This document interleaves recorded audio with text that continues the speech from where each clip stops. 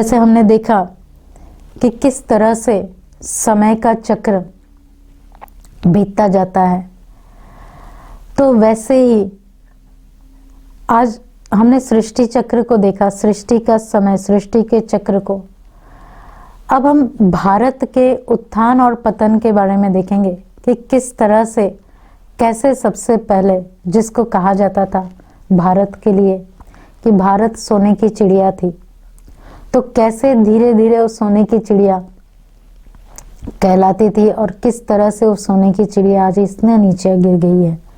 तो आज हम वो चीज़ देखेंगे कि जब सृष्टि नए सिरे से, नए समय से सृष्टि की रचना होती है या नया दिन शुरू होता है, तो जो आत्माएं परमपिता परमात्मा से सहज राजयोग सीखकर और उस राजयोग के अभ्यास से अपने अंदर के बुराइयों का भस्म करके, बुराइयों को नष्ट करके अपने निज संस्कार सातों गुणों को इमर्ज करते हैं और ऐसी करनी करते हैं, क्योंकि करनी बहुत इम्पोर्टेंट है, कर्म इम्पोर्टेंट है। इसलिए कहा जाता है ना, नर ऐसी करनी करे जो नारायण बने, नारी ऐसी करनी करे जो लक्ष्मी बने।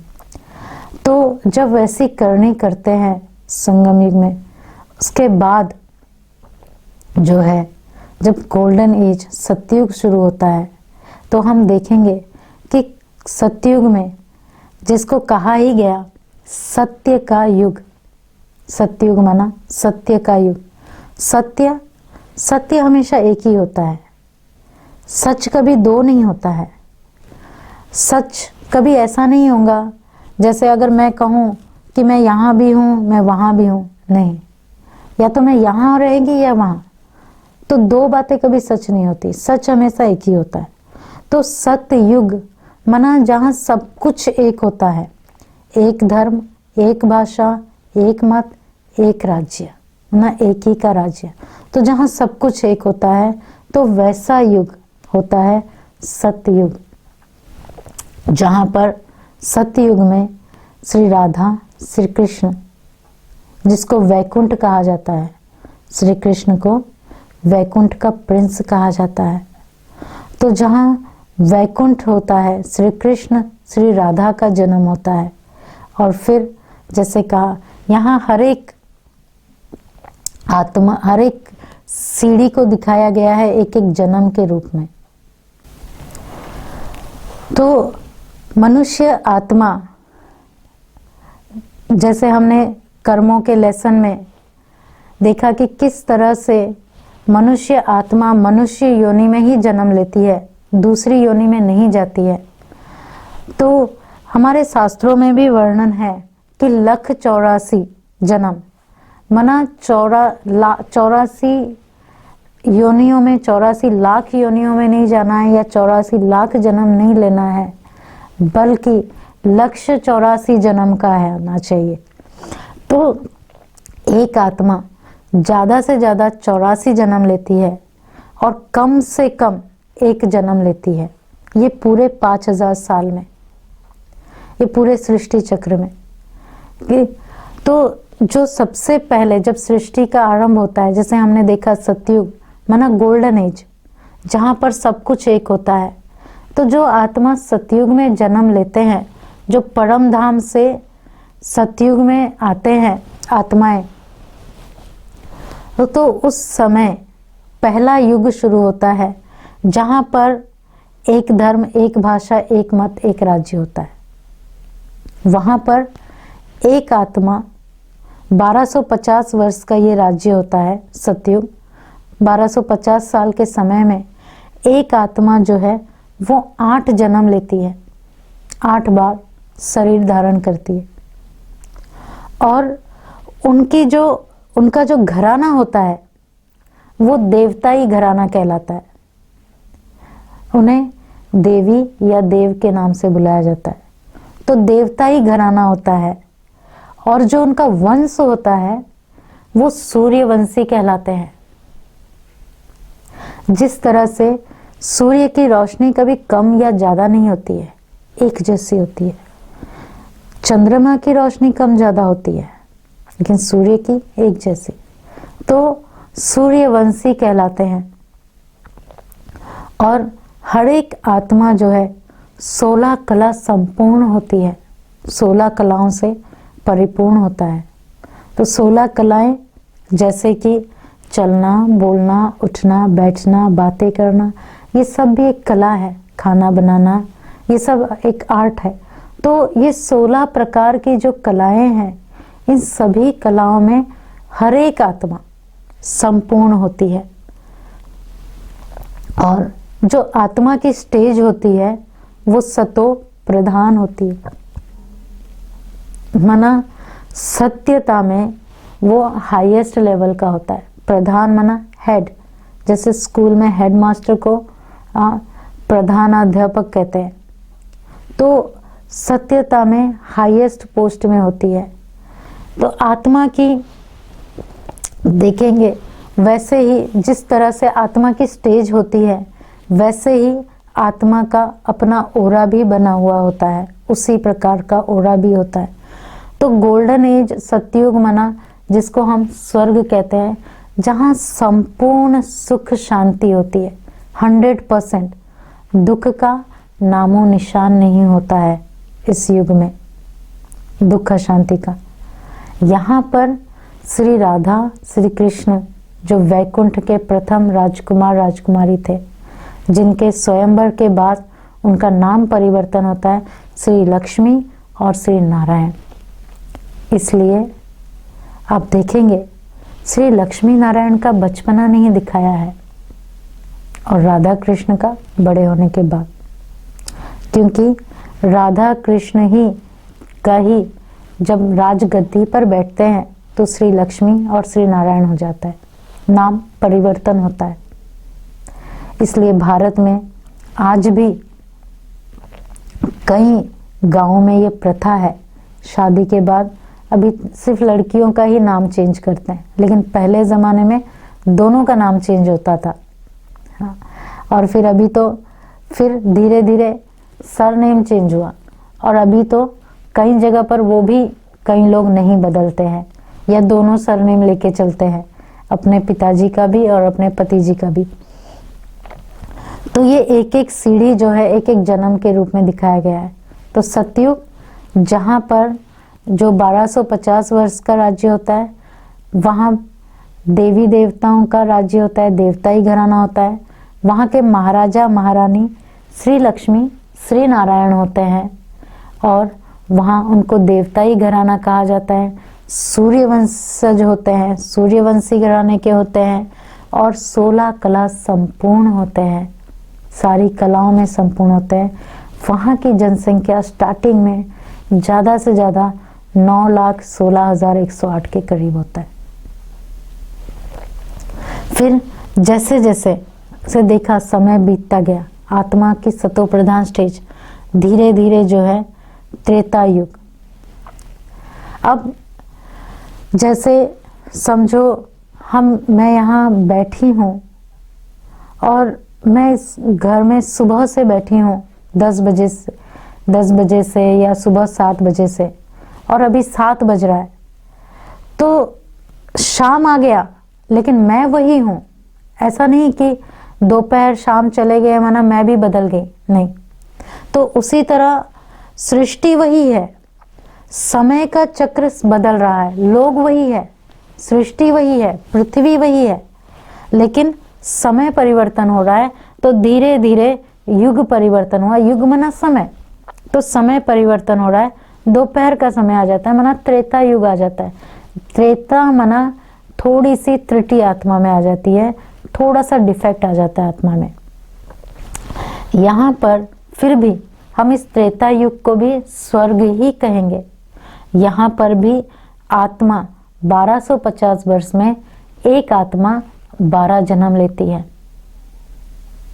और इनका घराना क्षत्रिय घराना कहलाता है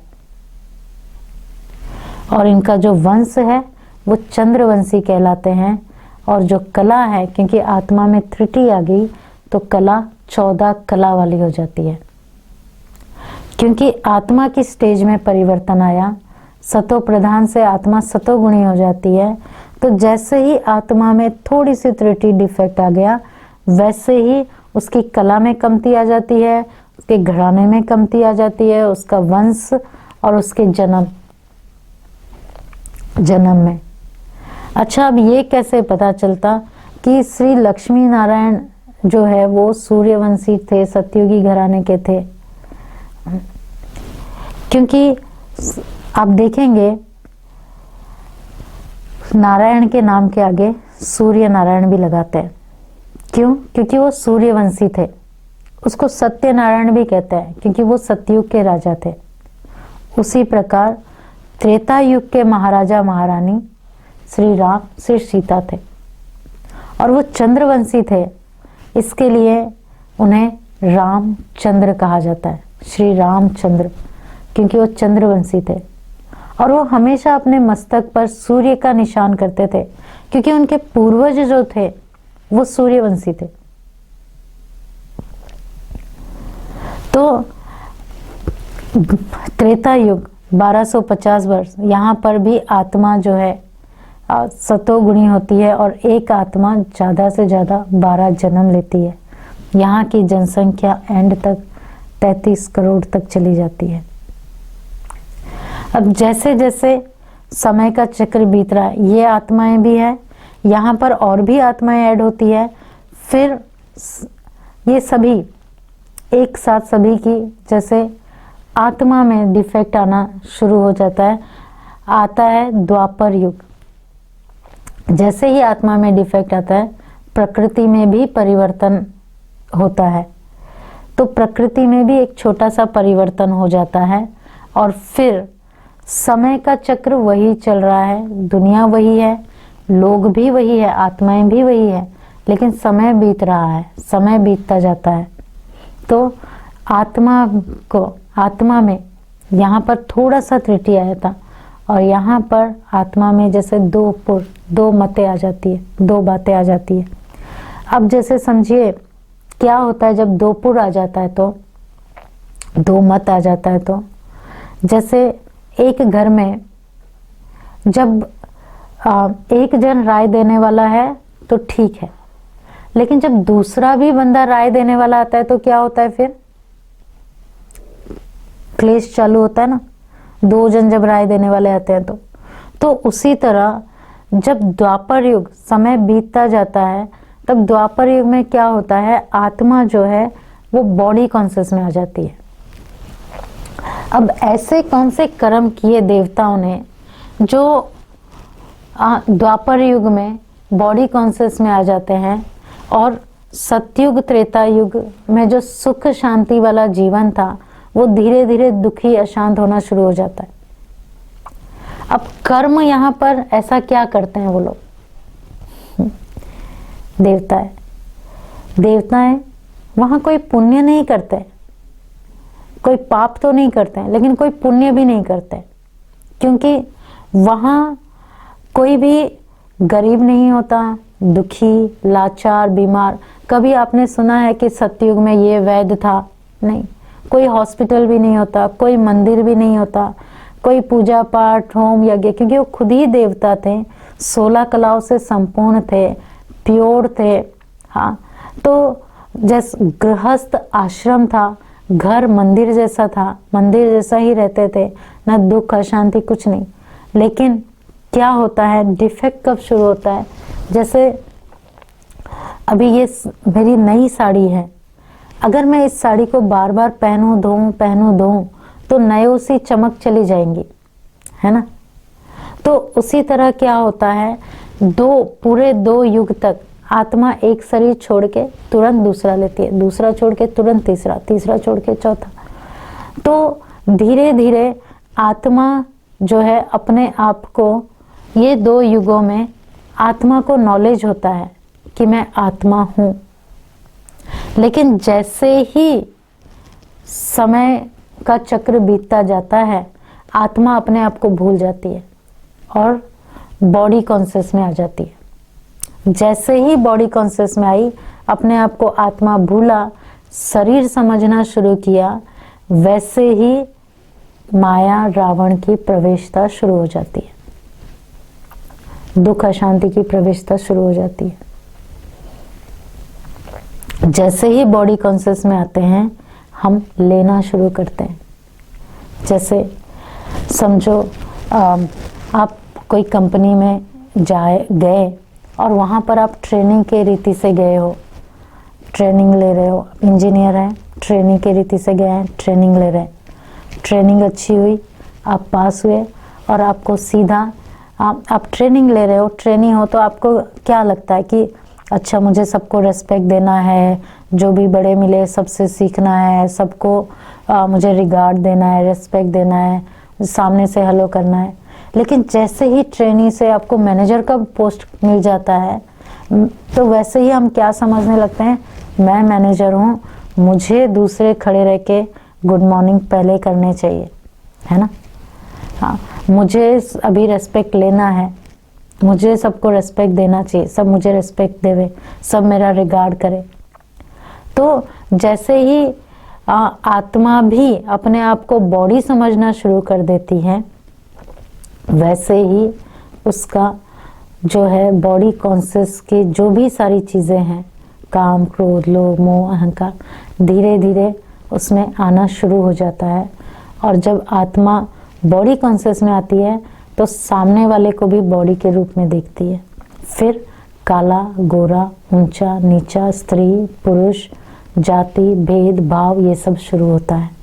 तो द्वापर युग में भारत में ये जाति, वर्ण और समाज, भक्ति, ये सब चीज़ों का निर्माण होता है, ये सब चीज़ें बनते हैं, भक्ति मार्ग शुरू होता है।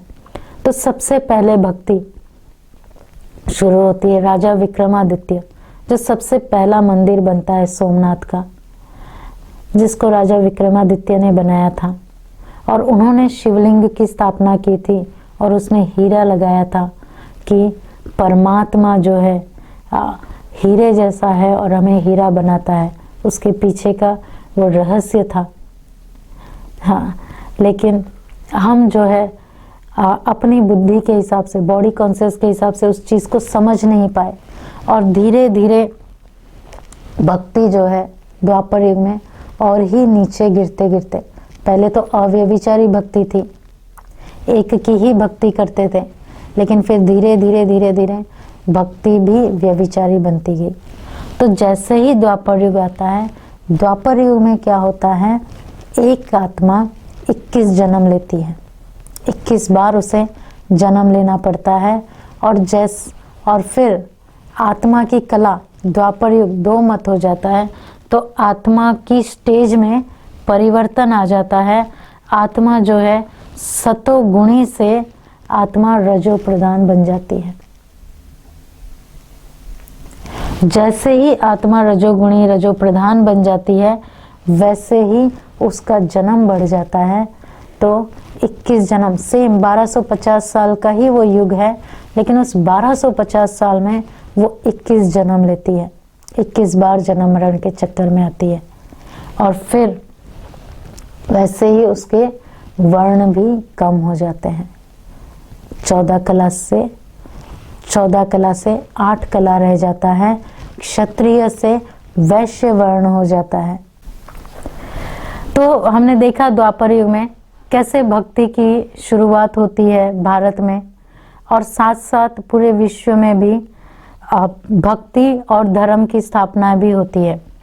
तो पहले पहले भक्ति अव्यभिचारी होती है, माना एक की ही भक्ति करते हैं और सिर्फ ज्योतिर्लिंगम निराकार की भक्ति शुरू होती है।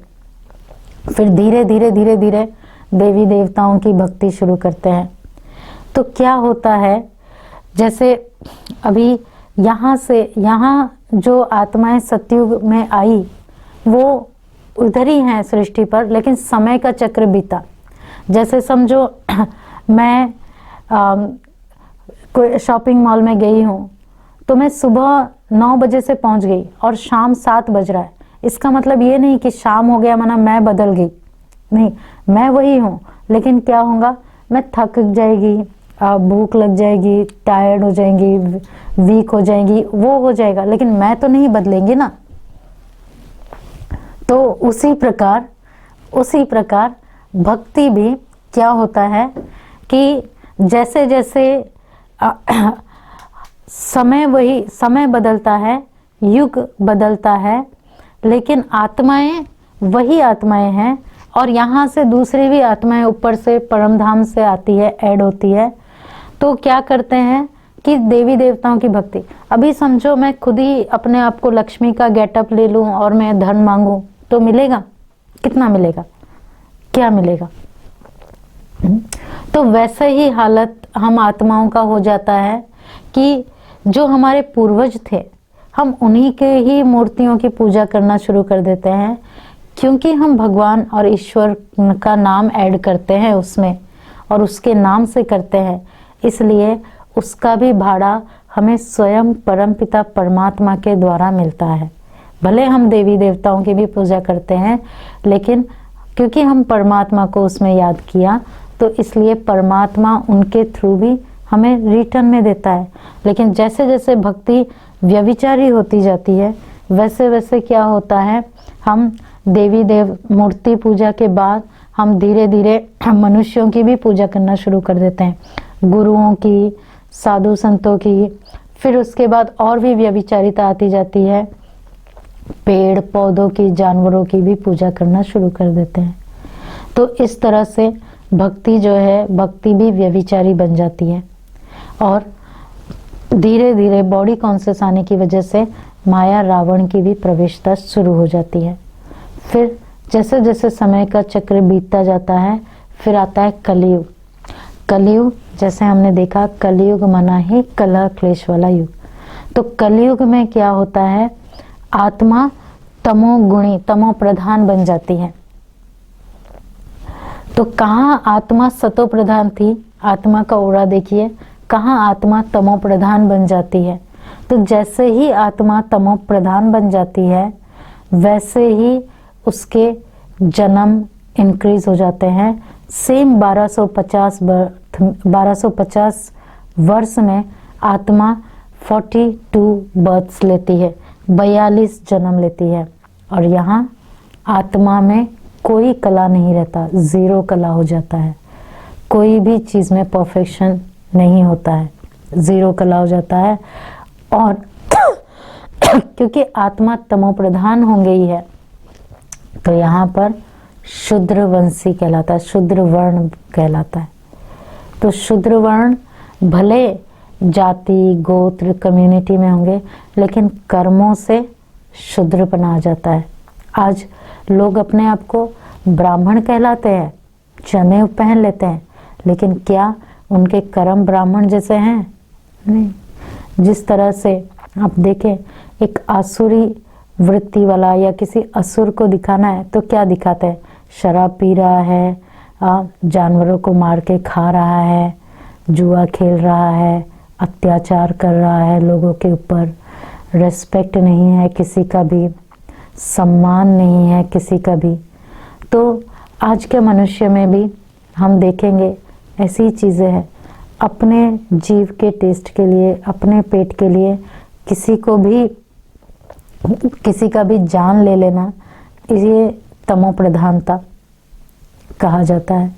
कि अपने लिए हम किसी को भी मार सकते हैं, किसी को भी लूट सकते हैं, किसी का भी डिसरेस्पेक्ट कर सकते हैं। तो ये है तमो प्रधानता का स्टेज, जो आज हर एक आत्मा तमो प्रधान और शूद्र वर्ण की हो गई है। भले नाम से ब्राह्मण है, लेकिन कर्म से हर कोई शूद्र हो गया है। तो यहाँ पर आत्मा कलयुग में 42 जन्म लेती है। यहाँ धर्म की भी ग्लानि हो जाती है, भक्ति की भी ग्लानि हो जाती है, सारे संबंधों की भी ग्लानि हो जाती है। तब जाके हाँ, भक्ति भी तमो प्रधानता में आ जाती है। तब जाके जब इस तरह से सभी पतित हो जाते हैं, तब परमात्मा का सृष्टि पर अवतरण होता है। और परम पिता परमात्मा को जो जान लेते हैं, पहचान लेते हैं,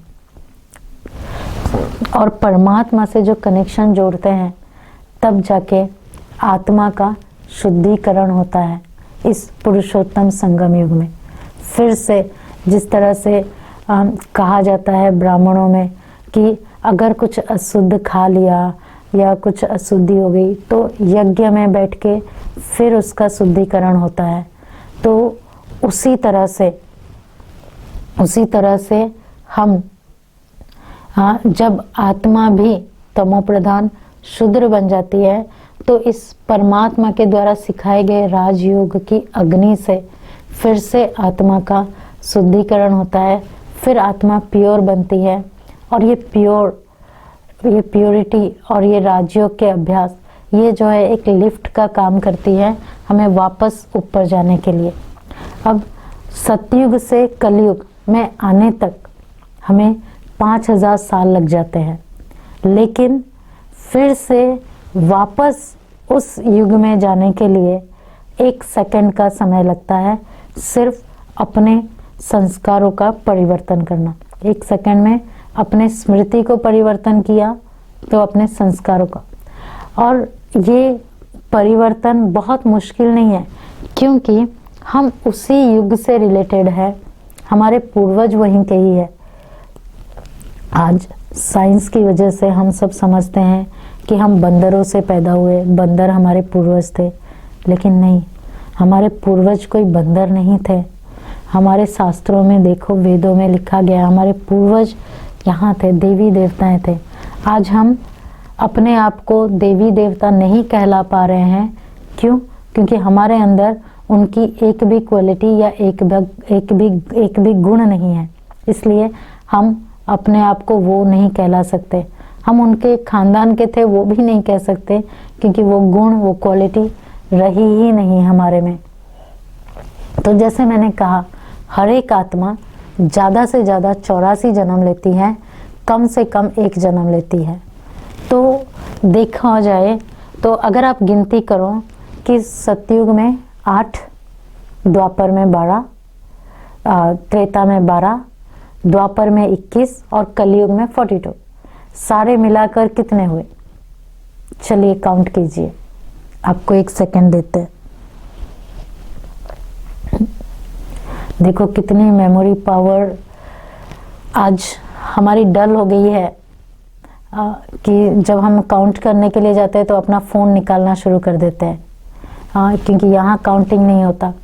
और आज से कि हम 5 साल पहले या 8 साल पहले भी जाए तो 50-60 नंबर ऐसे ही याद थे। आज किसी का नंबर कैलकुलेशन यहाँ होता था। तो इन सारों को मिलाते हैं तो 83 बर्थ होता है, जबकि मैंने 84 बर्थ कहा है।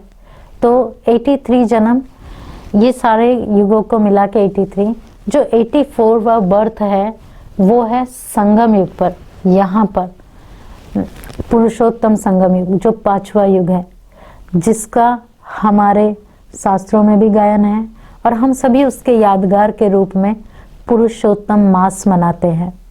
कि पुरुषोत्तम मास की विशेषता बताते हैं, कहते हैं कि ये जो पुरुषोत्तम मास है ये सबसे मैला मास है और इस मैले मास को भगवान ने अपना नाम दिया और उसके अंदर ये विशेषता डाली कि इस मैले मास में, इसको मैला मास भी कहते हैं। तो इस पुरुषोत्तम मास में अगर हम थोड़ा सा भी दान पुण्य करें, थोड़ा सा भी हम व्रत उपवास करें तो उसका 100 गुना हमें फल मिलता है। तो ये जो मास है, कहते हैं ये 4 साल के बाद छोटा सा 15 दिन का ये एक्स्ट्रा महीना, एक्स्ट्रा दिन का मास बन के आता है, पुरुषोत्तम मास। तो ये इस पुरुषोत्तम युग का ही यादगार के रूप में हम पुरुषोत्तम मास मनाते हैं कि ये जो छोटा सा मास है ये कलयुग के अंदर ही आता है और सतयुग का छोटा सा पार्ट होता है, इसमें दोनों के बीच का संगम है। इसलिए इसको हम शुद्ध मास नहीं कहते, इसको मैला मास, क्योंकि इसमें कलयुग के संस्कार भी होते हैं। तो जैसे ही हम परमात्मा को, शिव बाबा को जानते हैं और उसके संतान बन जाते हैं, वैसे ही हमारा एक दूसरा जन्म होता है। इसलिए कहा जाता है ना, ब्राह्मणों को द्विज भी कहते हैं कि ब्राह्मणों का दूसरा जन्म, द्विज माना दूसरा जन्म जिसका होता है। तो हम परमात्मा, परमपिता परमात्मा जो ब्रह्मा मुख से ज्ञान के द्वारा हमारा जन्म कराता है, तो ये हमारा नया जन्म होता है। तो जब किसी आत्मा का नया जन्म होता है तो क्या होता है? नए माँ बाप मिलते हैं, नए स्वभाव संस्कार, नई कम्युनिटी, नया परिवार, नया खानदान, नया नाम, सब कुछ नया मिलता है। तो उसी तरह जब हम परमात्मा के, ईश्वर के बच्चे बनते हैं तो हमें ईश्वरीय पालना मिलती है, ईश्वर हमारा माता पिता बनता है, हम ईश्वरीय पढ़ाई पढ़ते हैं।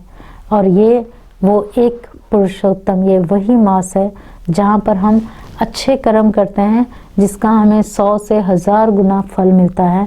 और यही पुण्य, यही चीज़ें लिफ्ट का काम करती है, जो फिर से हमें यही सिखाता है ये संगम युग मास, कि नर से नारायण जैसी करनी कैसे करना है, और हम वो बनकर वहाँ पर श्री लक्ष्मी और श्री नारायण के राज्य में फिर से जाने के लायक बनते हैं।